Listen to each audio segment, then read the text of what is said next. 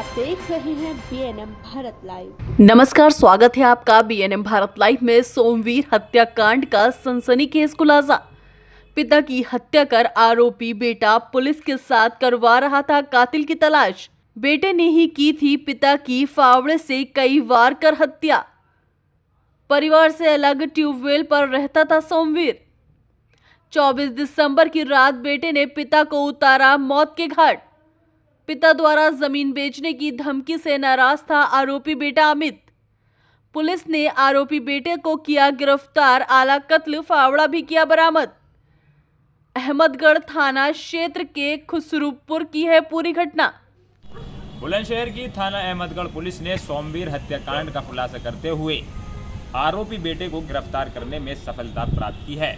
बताया जाता है कि जमीन के मामले को लेकर आरोपी बेटा अपने पिता से खफा चल रहा था, जिसके बाद उसने बीती 24 दिसंबर को अपने पिता की फावड़े से कई वार कर हत्या कर दी और आरोपी ने अपने बाप को मौत के घाट उतार दिया।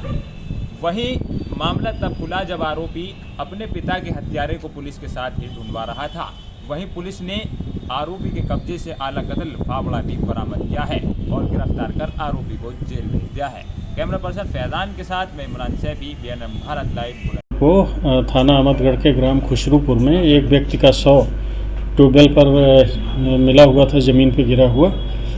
इस सूचना पर स्थानीय पुलिस मौके पर गई थी और उनके द्वारा वहां पर जांच पड़ताल और छानबीन की गई थी। मृतक के बड़े पुत्र के द्वारा एक प्रार्थना पत्र दिया गया, जिस पर अज्ञात में समुचित धाराओं में FIR दर्ज की गई थी। बाद विवेचना, जांच पड़ताल और छानबीन, जिसमें SOG टीम और थाने की टीम लगी हुई थी, ये पाया गया कि मृतक पिछले लगभग 8-10 वर्षों से अकेले ट्यूबवेल पर रह रहा था और अपने परिवार से अलग रहता था। परिवार के लोग उससे असंतुष्ट थे।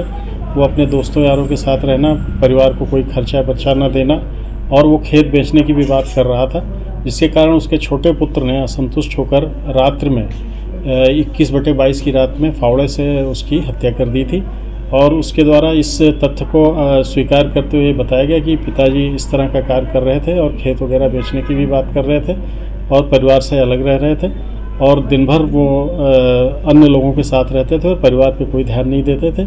इन सब कारणों से उसके द्वारा घटना हो गई है। इसके संबंध में उसे गिरफ्तार कर लिया गया है और उसे न्यायिक अभिरक्षा में भेजा जा रहा है। प्रारंभ में जब पुलिस मौके पर गई थी तो उसने अननोन बनते हुए, अनजान बनते हुए इस तरह का प्रयास किया था।